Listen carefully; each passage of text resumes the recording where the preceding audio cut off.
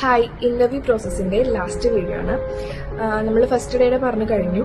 ഇനി second day അതിൽ നമുക്ക് ഉണ്ടായിരുന്നത് GD ഗ്രൂപ്പ് ഡിസ്കഷനും പിന്നെ ഒരു പേഴ്സണൽ ഇന്റർവ്യൂ ആണ്. GDയിൽ കുറച്ച് ഗ്രൂപ്പായി തിരിച്ചിട്ട് നമുക്കൊരു എയർപോർട്ടിന്റെ ഒരു മാപ്പ് തന്നു.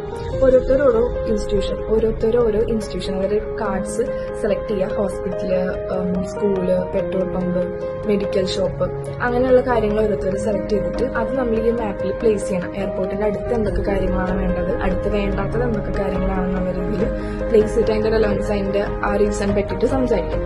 ഇതായിരുന്നു GDയിൽ ഉണ്ടായിരുന്നത്. പിന്നെ പേഴ്സണൽ ഇന്റർവ്യൂവിൽ ഉണ്ടായിരുന്നതെന്ന് വെച്ചാൽ അതിനകത്ത് നമുക്ക് നമ്മുടെ CV ബേസ് ചെയ്തിട്ടുള്ള ക്വസ്റ്റ്യൻ ചോദിച്ചു. നമ്മളുടെ ഒരു സെൽഫ് ഇൻട്രോ പോലെ സംസാരിക്കാനുണ്ടായിരുന്നു. പിന്നെ എന്തുകൊണ്ട് ഇത്തിഹാദ് ചൂസ് ചെയ്തു.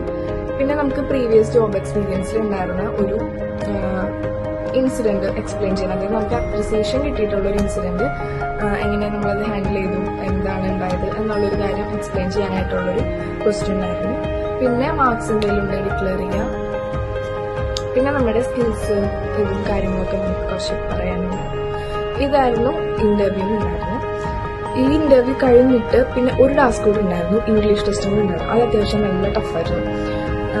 അതിൽ നമുക്ക് ഒരു 1 വീക്ക് കഴിഞ്ഞ്, ഈ ഒരു ഇന്റർവ്യൂ കഴിഞ്ഞ് ഒരു 1 വീക്ക് കഴിഞ്ഞിട്ടാണ് ഇതിന്റെ മേലെ വരുന്നത്. ഇതിൽ നമ്മൾ ആ ഒരു തന്നിരിക്കുന്ന ലിങ്കിൽ കയറിയിട്ട് നമ്മൾ സംസാരിക്കാനൊന്നുമില്ല, നമ്മൾ ഓപ്ഷൻസ് സെലക്ട് ചെയ്യാനാണ് ഉള്ളത്. പാസേജും അതുപോലെ വോയിസ് ക്ലിപ്സ് ഉണ്ടാവും. അത് കേട്ടിട്ട് വായിച്ചിട്ട് നമ്മൾ ഓപ്ഷൻസ് കറക്റ്റ് ആൻസർ സെലക്ട് ചെയ്യാം. അത് അത്യാവശ്യം ടഫായിരുന്നു. പിന്നെ ഇത് കഴിഞ്ഞ് സെലക്ടഡ് ആവുകയാണെങ്കിൽ നമുക്ക് ഓഫർ ലെറ്റർ വരും. അപ്പൊ ഇത്രയാണ് ഇതിന്റെ ഒരു പ്രോസസ്സ് വന്നിട്ട്. പിന്നെ ഓഫർ ലെറ്റർ വന്നു കഴിഞ്ഞാൽ പിന്നെ ഡോക്യുമെന്റേഷനും കാര്യങ്ങളൊക്കെ ആയിട്ട് ഒരു ലോങ് പ്രോസസ്സ് തന്നെയുണ്ട്. അപ്പോൾ ഇത്രയേ ഉള്ളൂ. ബൈ.